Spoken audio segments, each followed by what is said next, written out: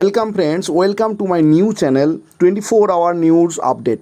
এই চ্যানেলটি খুবই নতুন চ্যানেল, যেটি আপনাদের বিশেষভাবে তৈরি হয়েছে সমস্ত আপডেট নিউজ দেওয়ার জন্য, বিশেষ করে শিক্ষাক্ষেত্রে এবং ব্যাংকিং সেক্টর এবং কোনো পরীক্ষা, নতুন কোনো নিয়োগের কোনো বিজ্ঞপ্তি বা কোনো নোটিশ, সমস্ত শিক্ষক বন্ধুদের এবং ছাত্রছাত্রী, পাশাপাশি সরকারি কর্মচারী যারা রয়েছেন প্রত্যেকের উদ্দেশ্যে আমার যত শিক্ষক বন্ধু রয়েছেন, যত ছাত্রছাত্রী রয়েছেন, প্রত্যেকের কাছে অনুরোধ, যারা এই নতুন চ্যানেলে আসছেন তারা অতি অবশ্যই সাবস্ক্রাইব করে যাবেন, কারণ নতুন ভিডিও আপডেট পাওয়ার সাথে সাথেই যাতে আপনারা পেয়ে যান এবং আপডেট খবরটি।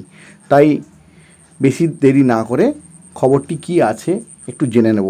আমার সকল প্রাইমারি শিক্ষক বন্ধু যারা রয়েছেন তাদের উদ্দেশ্যে আজকের এই গুরুত্বপূর্ণ আপডেটটি উঠে এসেছে, যেটা আপনাদের সকলকে শেয়ার করছি। দেখুন ভালো করে। প্রাইমারি শিক্ষকদের ব্রেকিং নিউজ রয়েছে। 42,949 জন শিক্ষকের প্যানেল সংশোধনের নির্দেশ কিন্তু হাইকোর্টের। প্রাথমিকের বিরাট কিন্তু রদবদল। কী রদবদল হতে চলেছে এবং কেন এই সংশোধন, তা বিস্তারিত আলোচনা করব আজকে এই প্রতিবেদনের মাধ্যমে। তাই কেউ স্কিপ করবে না, সম্পূর্ণ প্রতিবেদনে দেখুন। চলুন। এক যুগান্তকারী নির্দেশে কলকাতা হাইকোর্টের পশ্চিমবঙ্গ প্রাথমিক শিক্ষা পর্ষদকে 42,949 জন শিক্ষকের সম্পূর্ণ প্যানেলটি সংশোধন করে 4 সপ্তাহের মধ্যে নতুনভাবে প্রকাশ করার নির্দেশ দিয়েছে। বিচারপতি সৌগত ভট্টাচার্যের এই নির্দেশ 2017 সালের প্রাথমিক শিক্ষক নিয়োগ প্রক্রিয়ার স্বচ্ছতা ফেরানোর এক বিশাল পদক্ষেপ বলে মনে করা হচ্ছে। আর এই রায়ের কেন্দ্রে রয়েছে অপ্রশিক্ষিত প্রার্থীদের নাম্বার, স্ট্যাটাস সংক্রান্ত গরমিল, যার ফলে হাজার হাজার শিক্ষকের ভবিষ্যৎ নতুন করে পর্যালোচনা অধীনে কিন্তু চলে এলো। কেন এই সংশোধনের নির্দেশ?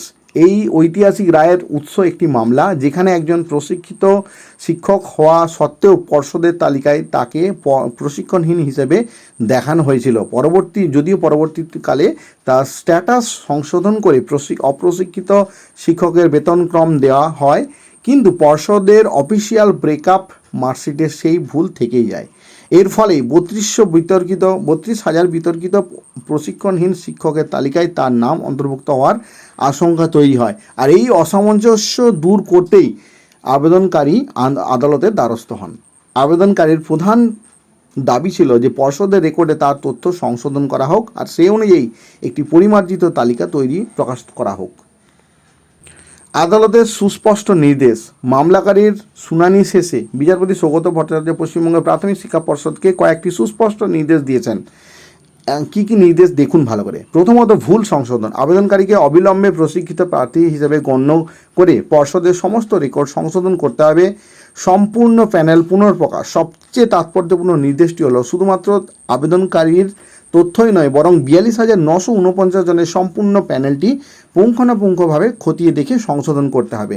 এই সম্পূর্ণ প্রক্রিয়াটি শেষ করে একটি সংশোধিত এবং পরিমার্জিত প্যানেল কিন্তু আগামী 4 সপ্তাহের মধ্যে জনসম্মুখে প্রকাশ করার সময়সীমা বেঁধে দেওয়া হয়েছে আদালতের তরফ থেকে। আর এই রায়ের প্রভাবে কি হতে পারে দেখুন।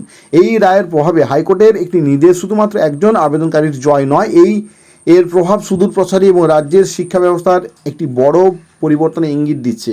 হাজার হাজার শিক্ষকের স্বস্তি। যে সমস্ত অপ্রশিক্ষিত শিক্ষককে ভুলবশত প্রশিক্ষণহীনভাবে দেখানো হয়েছিল, তারা এই রায়ে ন্যায় বিচার পাবেন, তাদের সঠিক মর্যাদা পুনঃপ্রতিষ্ঠিত কিন্তু হবে।